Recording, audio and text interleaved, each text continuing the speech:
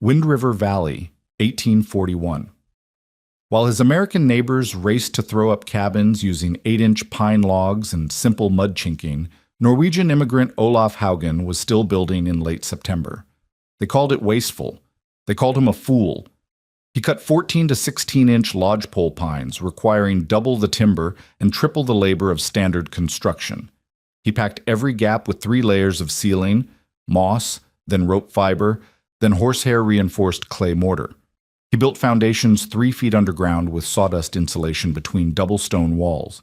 His neighbors finished their cabins in 4 weeks. Haugen took 11. Then January 1842 arrived. Temperatures plummeted to 43 below zero with 30-mile-per-hour winds. The killing cold that would test every shelter to its breaking point. Standard cabins failed. Families burned through 3 cords of firewood and still woke to ice forming on interior walls. But Haugen's cabin? It maintained 68 degrees using half the wood his neighbors consumed. 7 families abandoned their freezing cabins and crowded into his thermal island for survival. What did this Norwegian understand about heat storage and building physics that American frontier wisdom completely missed? If you value stories of practical wisdom that stood the test of time, make sure to subscribe. We've got more documented accounts worth remembering. Wind River Valley stretched endlessly under the August sun of 1841, its golden grasslands broken only by the dark line of lodgepole pines climbing toward the distant peaks. Along Beaver Creek, the sound of axes echoed through the morning air as new settlers rushed to complete their cabins before winter's arrival. Most followed the established pattern. Select readily available 8 to 10-inch diameter pines, notch them quickly, stack them high, and stuff the gaps with whatever moss and mud could be gathered in a day's work. Speed meant survival on the frontier, and conventional wisdom declared that any cabin with 4 walls and a roof would see a family through a Wyoming winter. Olaf Haugen moved through the timber with different eyes. The 37-year-old Norwegian immigrant examined each lodgepole pine with the methodical precision of a man who had learned building in a land where inadequate construction meant death. Where his neighbors saw perfectly acceptable 8-inch logs, Haugen saw insufficient thermal mass. Where they found 10-inch timber adequate, he sought 14 to 16-inch diameter trees that would provide the heat storage capacity essential for surviving Arctic conditions. His calloused hands, trained in the Valdres region where winters reached 50 degrees below zero, could calculate thermal mass by touch, feeling for the dense, slow-grown wood that would absorb heat during the day and release it steadily through the coldest nights. Jake Morrison watched the Norwegians' timber selection with growing incredulity. The Kentucky-born mountain man had survived 6 Wyoming winters using standard frontier construction methods, and Haugen's approach defied everything Morrison understood about practical building. "That fool's cutting trees twice the size he needs," Morrison told anyone who would listen at the trading post. "Waste of good timber and twice the work for no reason." Morrison's own cabin, completed in 3 weeks using conventional methods, had served him adequately through previous winters. When temperatures dropped, he simply fed more wood to his fire and accepted that frontier life meant waking to frozen water buckets and frost on the interior walls. But Haugen's knowledge ran deeper than frontier practicality. In Norway, he had learned from master builders whose techniques stretched back 5 generations, men who understood that thermal mass was not luxury but necessity. Each 16-inch log contained more than twice the wood volume of Morrison's 10-inch timbers, creating what Norwegian builders called thermal batteries, massive wooden heat sinks that could store warmth during active firing periods and release it slowly over 6 to 8 hours. The mathematics were precise. A 16-inch diameter log provided 201 square inches of wood cross-section compared to 79 square inches for Morrison's standard logs. That difference meant the ability to maintain interior warmth through the longest winter nights without constant fire tending. The mockery intensified as Haugen's construction methods became apparent to the growing settlement. Where neighbors stuffed moss between logs and daubed gaps with mud, a process that took 3 days at most, Haugen implemented a 3-layer chinking system that required 3 weeks of meticulous work. First came the moss, packed tightly into every gap.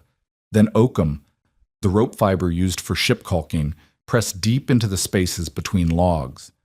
Finally, a carefully mixed clay mortar reinforced with horsehair, applied in thin layers that would flex with wood movement rather than crack and fall out during temperature swings. "Norwegian's still fussing with that cabin like he's building a church," Morrison declared as September arrived and Haugen continued his methodical construction. "Winter'll catch him still chinking logs while the rest of us are warm inside." The settlement consensus was clear. Haugen didn't understand American practicality. Frontier building meant adequate construction completed quickly, not the elaborate perfectionism of European craftsmen who had too much time and too many materials. Even Haugen's foundation work drew skepticism. While others set their first course of logs directly on stone foundations, following the quickest path from ground to walls, Haugen excavated 3 feet underground and built a double-wall foundation system. Inner and outer stone walls created a chamber that he filled with sawdust, creating an insulation barrier that would prevent the winter ground from conducting heat directly out of his cabin's floor logs. The additional labor required 2 weeks compared to the single day most settlers spent on foundation work. "Waste of good stone," the neighbors agreed as they watched Haugen's massive foundation take shape. "Ground's ground. No sense digging to China when you just need something level to set logs on." But Haugen understood thermal bridge theory from Norwegian construction practices. Heat moved through solid materials at predictable rates, and a standard stone foundation created a direct pathway for warmth to flow from interior floor logs into the frozen earth below. His insulated foundation would prevent that heat loss, maintaining interior temperatures while his neighbors' cabins bled warmth into the ground. By late September, as first snows dusted the higher peaks and morning frost appeared in the valley, Haugen completed his cabin construction. His massive stone fireplace drew final criticism from the settlement. Built with a 3-foot-deep hearth and heat-absorbing alcoves that extended into the cabin's interior, the fireplace used far more stone than the simple backwall designs his neighbors preferred. "Fire's a fire," Morrison declared. "Flame burns the same whether it's in a big fireplace or a small one. Norwegian's just showing off with all that stonework." But Haugen knew what his critics didn't. Thermal mass applied to fireplaces as well as walls. His deep hearth would store approximately 50,000 British thermal units during evening firing, releasing 6,000 to 8,000 BTUs per hour for 6 to 8 hours after the fire died to coals.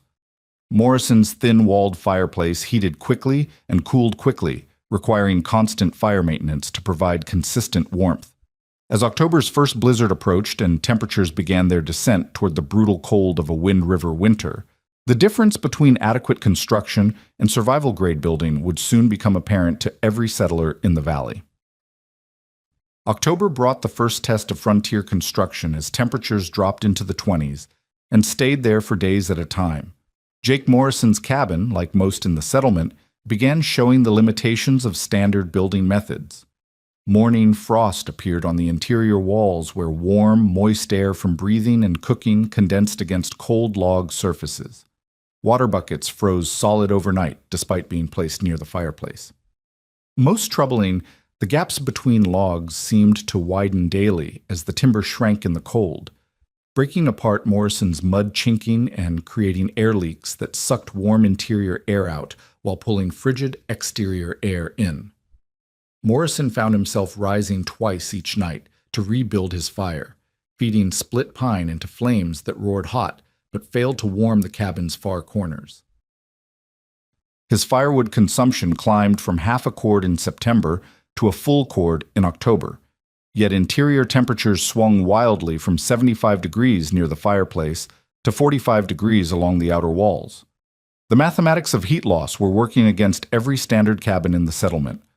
40% of generated warmth escaped through wall conduction, 35% through air infiltration where chinking had failed, 15% through uninsulated foundations, and 10% through doors and the single window each cabin possessed.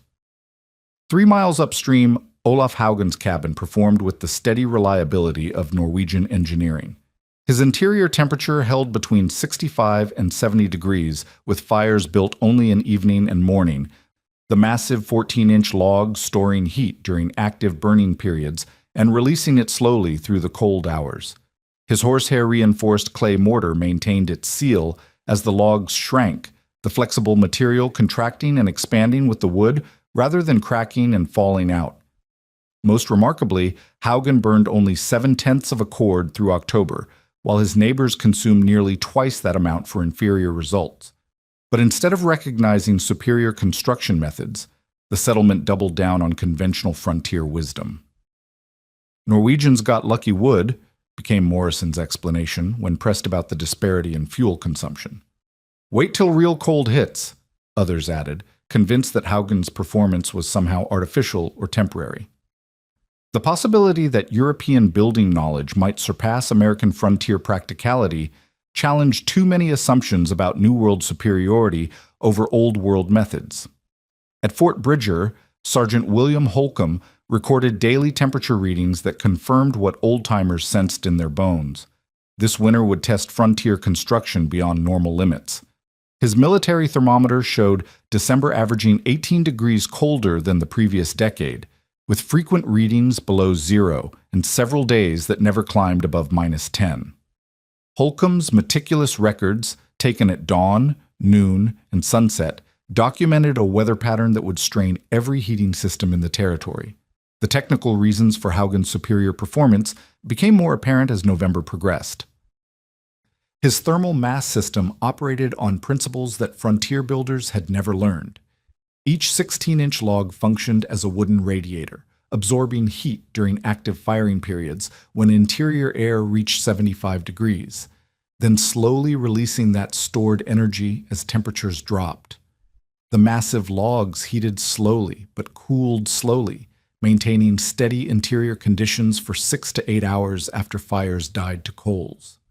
Morrison's 8-inch logs heated quickly when flames roared, but lost their warmth within an hour of fire reduction, creating the temperature swings that forced constant fire tending. Air sealing proved equally crucial as exterior temperatures dropped. Haugen's 3-layer chinking system created an essentially airtight building envelope that prevented the convection loops plaguing standard construction. When warm interior air escaped through gaps in Morrison's chinking, it created negative pressure that sucked cold exterior air into the cabin through any available opening. This constant air exchange meant Morrison was essentially heating the outdoors, with fresh cold air entering as fast as interior air could be warmed. Foundation thermal bridging compounded the problem. Morrison's logs rested directly on stone foundations that conducted ground cold into the cabin's structural wood. Even with roaring fires, the floor logs stayed cold, chilling the air near the cabin floor and creating uncomfortable drafts. Haugen's double-wall foundation with sawdust insulation prevented this heat loss, maintaining warm floor temperatures that contributed to overall interior comfort. By December's arrival, the performance gap between construction methods had become undeniable. Standard cabins required constant fire maintenance, consumed enormous quantities of firewood, and still failed to maintain comfortable living conditions. Families slept in shifts to keep fires burning, wore coats indoors, and crowded into single rooms to concentrate what heat they could generate. Children developed persistent coughs from breathing cold, damp air, and adults suffered from the exhaustion of constant fuel gathering and fire tending. Haugen's family, meanwhile, lived in comfort that seemed almost luxurious by frontier standards.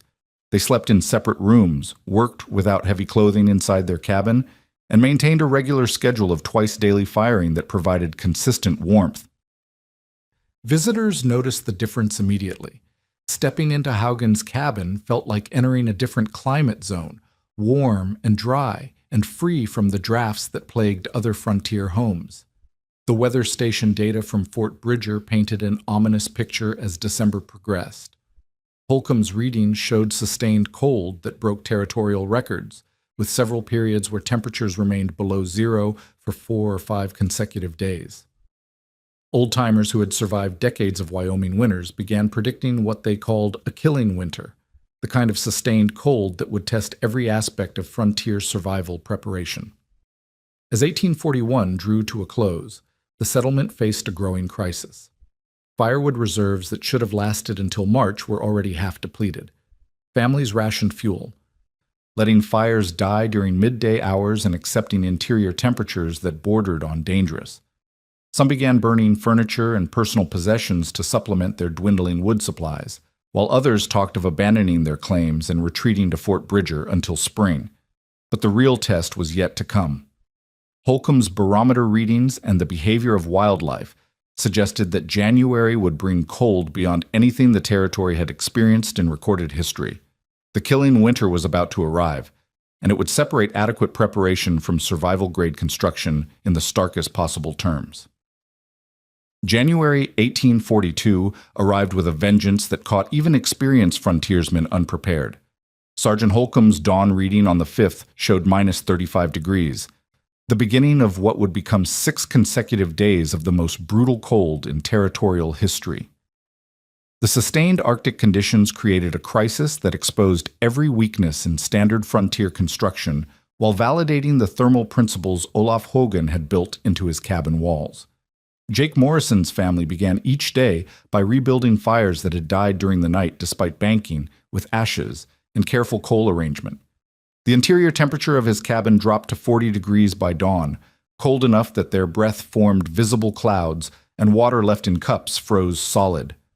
Morrison burned through 2 full cords in January's first 2 weeks, splitting and hauling wood in conditions so severe that exposed skin froze in minutes. Even with continuous firing that consumed logs as fast as he could feed them, interior temperatures struggled to reach 50 degrees during the warmest part of the day. The physics of extreme cold revealed the fundamental flaws in standard construction. Morrison's 8-inch logs, lacking sufficient thermal mass, heated quickly when flames roared, but lost their stored energy within an hour of reduced firing. His mud chinking, already compromised by months of freeze-thaw cycles, failed completely as the logs contracted in the unprecedented cold.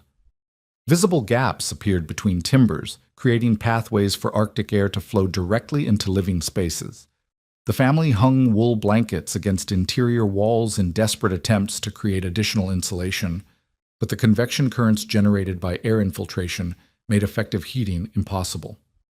3 miles away, the Peterson family faced even worse conditions. Their 10-inch Swedish pine logs, selected for quick building rather than thermal performance, showed similar contraction problems, but with catastrophic results. The gaps between logs widened to nearly an inch in some places, allowing wind-driven snow to accumulate inside the cabin. By January's second week, the Peterson family had abandoned any pretense of heating separate rooms, crowding into a single space around their fireplace, while interior temperatures matched exterior readings in the rest of their home. At Williams Trading Post, 3 families who had given up on their individual cabins sought refuge around the large communal fireplace. Even this substantial heating source, fed by a seemingly endless supply of split pine, struggled against the building's poor thermal performance. The trading post's thin-walled construction and minimal chinking created the same air infiltration problems plaguing smaller cabins, just on a larger scale. The families took shifts maintaining fires that consumed the post's entire winter wood reserve in their desperate attempt to create a survivable environment. Haugen's cabin operated according to different physical principles entirely. His interior temperature dropped to its lowest reading of the winter, 58 degrees, but remained safely habitable even during the coldest nights. The massive 16-inch logs released stored thermal energy at a predictable rate throughout the extreme conditions, dropping only 1 degree per hour compared to the 3 to 4 degree hourly temperature loss in standard construction. His stone fireplace, banked with coals at 10 in the evening, continued radiating stored heat at dawn, having released approximately 6,000 British thermal units during the night hours when no active fire burned. The superior performance of thermal mass construction became measurable during this period of sustained cold. Hogan's logs contained 2 1/2 times more wood volume than Morrison's standard timbers, creating heat storage capacity that functioned like a thermal battery during extreme conditions. When evening fires heated the cabin's interior to 70 degrees, the massive logs absorbed that warmth and released it steadily over the following 8 hours. Morrison's thin logs heated quickly but cooled quickly, requiring constant fire maintenance that consumed both sleep and fuel reserves. Air sealing proved equally crucial as exterior temperatures remained below zero for consecutive days. Haugen's horsehair-reinforced clay mortar maintained its integrity despite the extreme wood contraction, creating an essentially airtight building envelope. His cabin lost less than 5% of interior heat through air infiltration compared to the 25 to 40% heat loss plaguing standard construction. The convection currents that made Morrison's cabin impossible to heat effectively simply didn't exist in Haugen's carefully sealed structure. By January's third week, the crisis had reached life-threatening proportions throughout the settlement. Morrison's family faced carbon monoxide poisoning from their desperate attempts to increase heat output by restricting fireplace airflow. The Peterson family developed hypothermia symptoms despite being inside their shelter, their body temperatures dropping as interior conditions became indistinguishable from outdoor Arctic conditions. At Williams Trading Post, smoke inhalation from burning green wood and furniture created respiratory problems among the refugee families. On January 28th, Morrison swallowed his pride and approached Haugen's cabin. "Can't figure how you're staying warm on half the wood," he admitted, his words forming ice crystals in the minus 20-degree air. Haugen invited him inside to examine the construction methods that conventional frontier wisdom had dismissed as wasteful foolishness. Using heated stones as demonstration tools, Haugen explained the thermal mass principle that Norwegian builders had perfected over centuries of Arctic construction. The stones retained heat for hours after removal from the fire, illustrating how massive materials stored and released thermal energy at predictable rates. Haugen showed Morrison the three-layer chinking system that prevented air infiltration, explaining how each component contributed to the overall sealing strategy. He demonstrated the flexibility of horsehair-reinforced mortar, which contracted and expanded with the logs rather than cracking and falling out. Most importantly, he revealed the mathematics of thermal mass. Larger logs meant exponentially greater heat storage capacity. Morrison examined the 16-inch diameter logs with new understanding. Each timber represented a calculated investment in winter survival, requiring double the cutting labor but providing thermal performance that made the difference between comfortable living and desperate survival. The additional 3 weeks Haugen had spent on construction now showed its return on investment: reduced firewood consumption, stable interior temperatures, and elimination of the constant fire tending that exhausted other families. As January's final days brought temperatures to minus 41 degrees, the recorded territorial low, standard cabins throughout the valley became uninhabitable despite the enormous fuel consumption required to maintain even marginal heating. Families faced the stark choice between carbon monoxide poisoning from overfiring their heating systems or hypothermia from accepting interior conditions that matched the exterior Arctic environment. Meanwhile, Haugen's thermal mass construction maintained safe living conditions using a fraction of the wood that other families burned in their failing attempts to achieve basic habitability. January 31st brought conditions that tested the absolute limits of human shelter. Sergeant Holcomb's thermometer registered minus 43 degrees at dawn, with sustained winds of 30 miles per hour that created a wind chill factor capable of freezing exposed flesh in under 2 minutes. This combination of extreme temperature and wind velocity transformed the night into a proving ground where the difference between adequate construction and survival-grade building would determine who lived and who died. Jake Morrison's family faced their crisis at midnight when the interior temperature of their cabin dropped to 32 degrees despite burning every piece of furniture they could spare for fuel. The combination of failed chinking and inadequate thermal mass meant their shelter could no longer maintain temperatures above freezing even with continuous firing.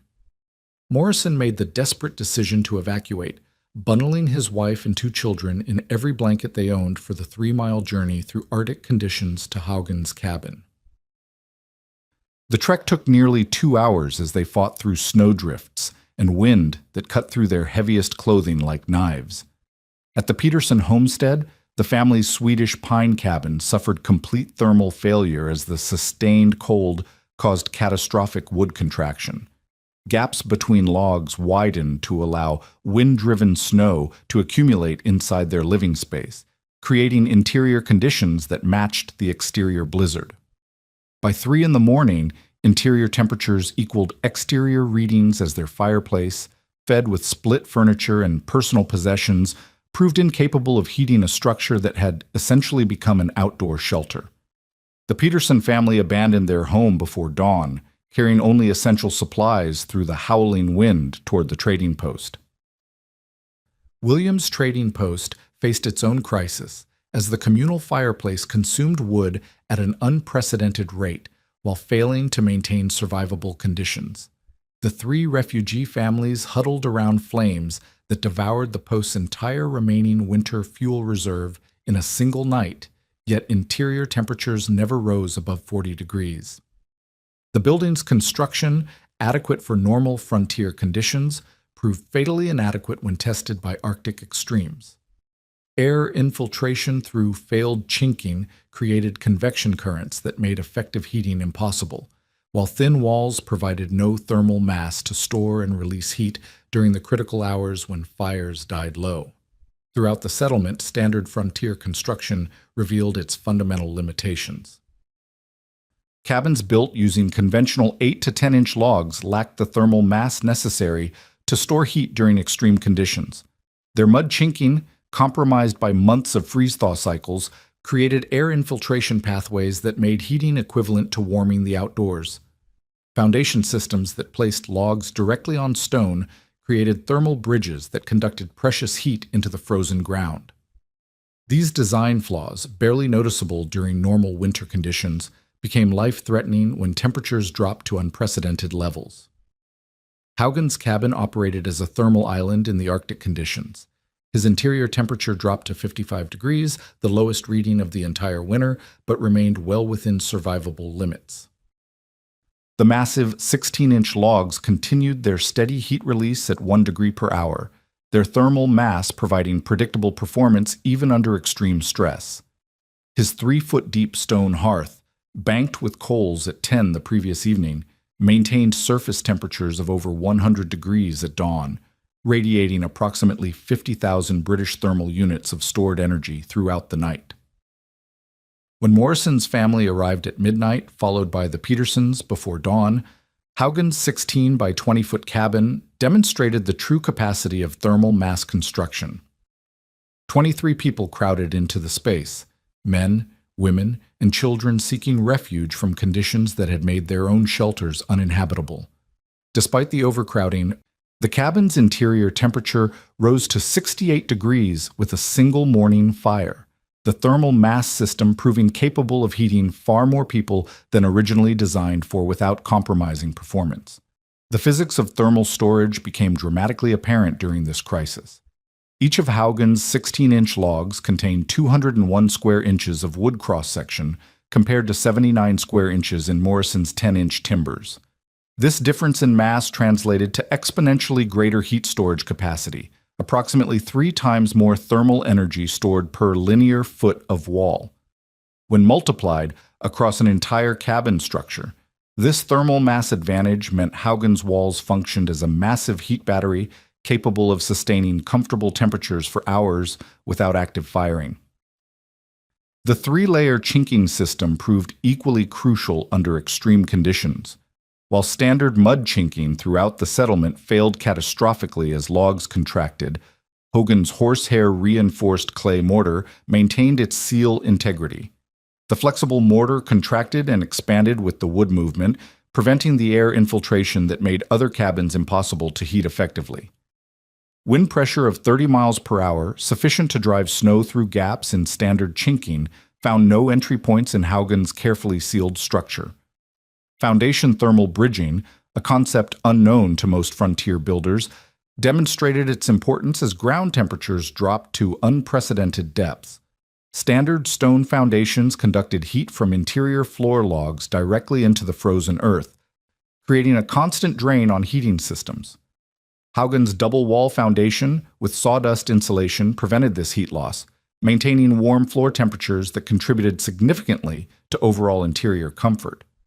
The insulation barrier, invisible but essential, prevented approximately 15% of potential heat loss that plagued every other structure in the settlement. As dawn broke on February 1st, and temperatures began their slow climb toward minus 15 degrees. The community gathered in Haugen's cabin represented a complete reversal of social dynamics. The Norwegian immigrant, mocked 6 months earlier for his wasteful construction methods and excessive attention to thermal performance, had become the settlement's savior. His cabin provided the only reliably heated space in the valley, sheltering families whose own homes had proven inadequate when tested by conditions that exposed every flaw in conventional frontier building wisdom. The measurable results of the night told the complete story. Standard cabins had consumed 4 to 6 cords of wood in their desperate attempts to maintain survivable conditions, yet still failed to protect their occupants from hypothermia and carbon monoxide poisoning. Haugen used 1/3 quart of fuel while maintaining safe, comfortable conditions for more than 3 times his cabin's intended occupancy. Construction time that had seemed excessive now showed its survival value. 11 weeks of careful building had created a thermal refuge capable of sustaining life when quick, adequate construction proved deadly. The crisis had transformed mockery into respectful recognition, but more importantly, it had demonstrated the life-or-death difference between building for normal conditions and building for the worst-case scenarios that inevitably arrived on the frontier. Winter, as Haugen knew from Norwegian experience, never negotiated with construction schedules or fuel budgets. It simply tested every structure to its absolute limits and separated survival-grade preparation from dangerous inadequacy. February brought not triumph, but quiet instruction as Olaf Haugen moved through the settlement, helping neighbors repair and rebuild their failed heating systems. There were no declarations of vindication, no reminders of previous mockery, simply the practical work of transferring knowledge that meant the difference between survival and death in future winters. Jake Morrison, his pride tempered by nearly losing his family to hypothermia, became Haugen's most attentive student as the Norwegian demonstrated the 3-layer chinking system that had kept Arctic air from penetrating his cabin walls.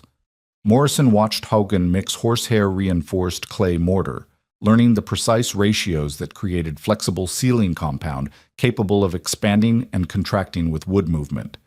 The technique required patience foreign to frontier building practices. Thin layers applied methodically, each allowed to partially cure before the next application. Haugen explained how the horsehair fibers distributed throughout the clay prevented cracking under thermal stress, maintaining seal integrity through temperature swings that shattered conventional mud chinking. Morrison documented the process in his journal, noting that proper mortar preparation took 3 days compared to the single afternoon he had previously devoted to chinking his entire cabin. The Peterson family received instruction in log selection criteria that challenged everything they thought they understood about timber construction. Haugen demonstrated diameter calculation using a simple measuring technique, explaining how minimum 12-inch logs provided adequate thermal mass for Wind River Valley conditions, while optimal 14 to 16-inch timber delivered the heat storage capacity essential for surviving extreme weather events. Lars Peterson handled the massive logs with new appreciation, understanding that each timber functioned as a thermal battery capable of storing and releasing heat for 6 to 8 hours after fires died to coals. At Williams Trading Post, Haugen addressed foundation thermal bridging with engineering principles that frontier builders had never encountered. He excavated a demonstration section beside the existing building, showing how standard stone foundations conducted ground cold directly into structural wood through solid thermal bridges. His double wall technique created an insulation chamber filled with sawdust, preventing heat loss that typically accounted for 15 to 20% of total heating inefficiency. The additional labor required 2 weeks compared to conventional single-day foundation work, but the thermal performance gain justified every hour of extra construction time. Spring construction season of 1842 saw dramatic changes throughout the settlement as families applied Haugen's thermal mass principles to new cabin building. 7 families abandoned their existing structures entirely, starting fresh with construction standards that prioritized thermal performance over speed. Morrison's new cabin incorporated 12-inch diameter logs, a compromise between Haugen's 16-inch ideal and conventional 8-inch practice, while implementing the complete 3-layer chinking system that had proven essential for air sealing under extreme conditions. The Peterson family rebuilt using 14-inch lodgepole pine, selected according to Haugen's thermal density criteria, timber that required nearly double the cutting and hauling labor of their original construction, but provided heat storage capacity essential for comfortable winter living. Their new foundation followed Haugen's insulated double wall design, extending 3 feet underground with sawdust chambers that prevented ground thermal bridging. Construction time increased from 4 weeks to 8 weeks, but the thermal performance gains validated every additional hour of labor investment. Williams Trading Post implemented partial thermal mass upgrades, adding interior walls built with 12-inch logs that created thermal mass zones around the main fireplace area. The retrofit approach provided measurable heating improvements without complete reconstruction, demonstrating how existing structures could incorporate Norwegian thermal principles through strategic modifications rather than total rebuilding.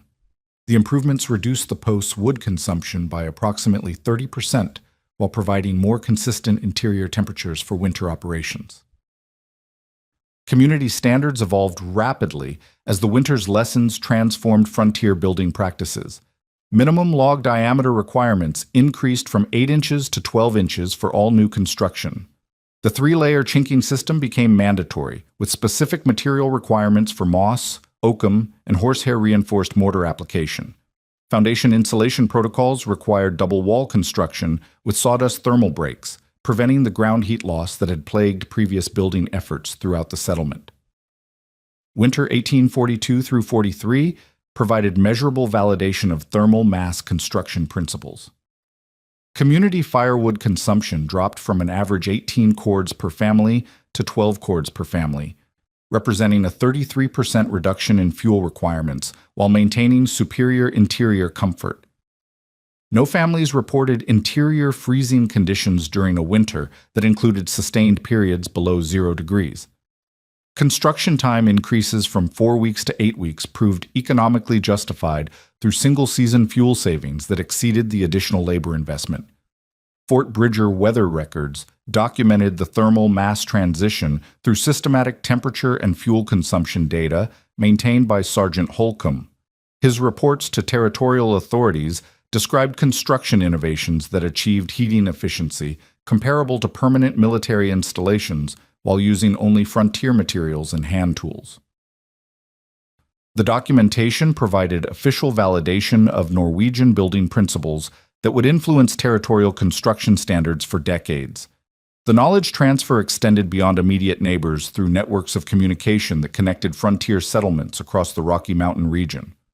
Norwegian and German immigrants, already familiar with thermal mass principles from European building traditions, embraced Haugen's adaptation of Old World techniques to American frontier conditions.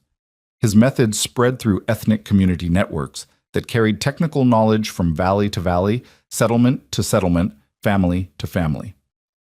Oregon Trail travelers began stopping at Wind River Valley specifically to examine thermal mass construction techniques that promised reliable heating systems using minimal fuel consumption. Hogan's Cabin became an unofficial demonstration site where westward immigrants learned winter survival building methods before continuing toward their final destinations. The knowledge they carried helped establish thermal mass construction throughout the Pacific Northwest, where similar climate conditions made Norwegian building principles essential for comfortable frontier living. Military applications emerged as Army Corps of Engineers incorporated thermal mass concepts into fort construction manuals distributed throughout Western territories. Official recognition of Norwegian building principles provided institutional validation of techniques that frontier builders had initially dismissed as excessive European perfectionism. Military construction budgets justified additional labor costs through documented fuel savings that reduced supply chain requirements for remote installations. By 1850, thermal mass construction had become standard practice throughout the Wind River Valley and surrounding regions, transforming frontier building from quick shelter creation to systematic thermal engineering. Haugen's influence extended through direct instruction, documented techniques, and the practical demonstration that Old World building wisdom, properly adapted to New World conditions, provided superior performance compared to conventional American frontier methods. His 16-inch log cabin stood until 1923, outlasting 3 generations of modern improvements while providing comfortable, fuel-efficient living for 81 years of Wyoming winters. The foundation stones, with their sawdust insulation chambers still intact, remain visible today near Dubois, Wyoming, a physical testament to the enduring value of building for the worst conditions rather than merely adequate ones, because winter always tests every structure to its absolute limits.